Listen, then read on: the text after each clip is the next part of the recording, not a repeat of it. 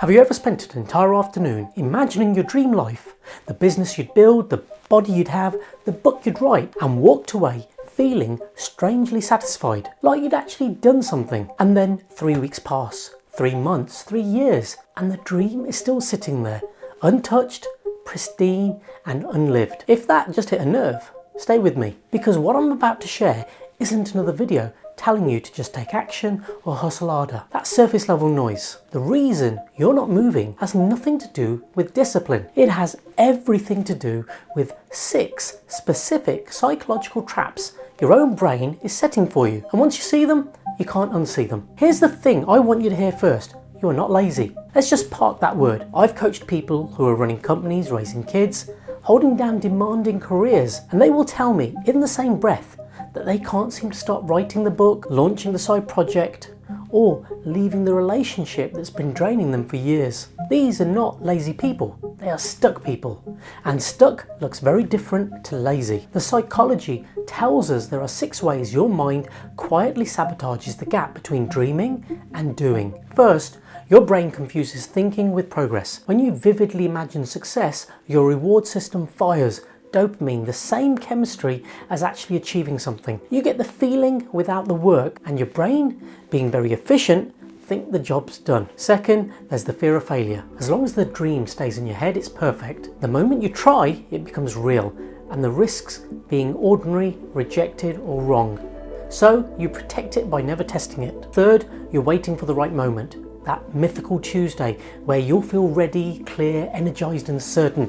It's not coming. Fourth, you're overthinking. You analyze every angle, every possibility, every what if, and by the time you've finished considering, you're too mentally exhausted to actually start. Fifth, there's identity misalignment. If deep down you believe I'm not disciplined or I never finish what I start, your brain will quietly sabotage any behavior that contradicts that story, because the brain cares more about consistency than success. And sixth, the sneakiest one, addiction to potential. The high of one day I could be feels so much better than the slow, unsexy grind of actually becoming. Potential is intoxicating. Progress is boring. Most people choose the intoxication. Now, here's where I want to shift something for you, because if you just heard all 6 of those and now you're beating yourself up, you've missed the point. None of those patterns mean something is wrong with you. They mean you are human, running on a brain that evolved to conserve energy, avoid social risk, and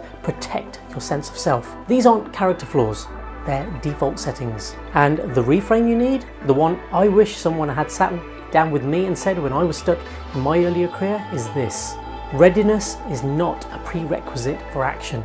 Readiness is a byproduct of action.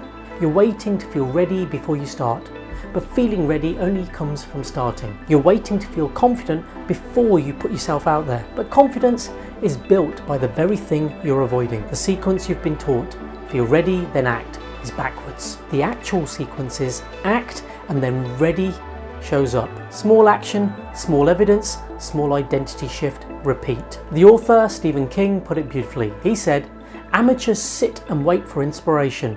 The rest of us just get up and go to work." That's not a hustle quote, that's a psychology quote. He's telling you that the people who create anything of value stopped waiting to feel a particular way before they moved. They moved first, the feeling followed. So let's make this practical.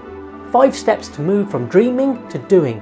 And I want you to take these in order. 1, name your pattern. Go back to the 6 traps I just walked you through. Which one is yours? Don't pick all of them, that's overthinking. Pick the one that made you flinch the most. Is it the fear of failure? The identity piece? The addiction to potential? Name it, write it down, because once a pattern is named, it loses half its power over you. This is the A in my clear framework, awareness. You cannot change what you will not acknowledge. 2, shrink the first step until it's almost embarrassing. If your dream is to write a book, your first action is not write chapter 1, it's open a blank document and write 1 sentence. If your dream is to get fit, it's not go to the gym for an hour, it's put on your trainers and walk to the end of the road. The reason this works is that your brain's resistance is proportional to the perceived size of the task. Shrink the task and you shrink the resistance. You're not trying to achieve anything yet. You're trying to prove to yourself that you move. 3, act before you feel ready. and let the feeling catch up. This is the hardest one because it requires you to do something uncomfortable. Trust the process before you've seen the evidence. I want you to take one action this week on your dream, specifically while you're feeling not ready, not confident, and not clear. Do it scared, do it badly, do it anyway, because readiness does not arrive by appointment. It arrives in the middle of the thing you thought you weren't ready for. Joseph Campbell, the mythologist, once said, "The cave you fear to enter holds the treasure you seek." I like this quote because it names something most self-help won't admit. The thing you're avoiding isn't a problem to be managed. It's the doorway. Your discomfort is the map. 4, update your identity, not just your behavior. If you keep saying, "I'm trying to be someone who exercises," you're going to fail. Because your brain hears the try and it hears the gap, you're not that person yet. Swap the sentence. Say, "I am someone who moves my body daily and today I'm proving it." Your behavior will follow the sentence you tell yourself. The science is clear on this. We don't act in line with our goals. We act in line with our identity. So change the identity and the behavior stops being a fight. And number 5, choose boredom over brilliance. Here's what nobody tells you about progress. It's repetitive, unglamorous, and often feels like nothing is happening. The potential version of your dream is thrilling. The real version is boring. Showing up on a Tuesday at 6 a.m. when no one is watching is boring. Sending the 20th pitch email is boring.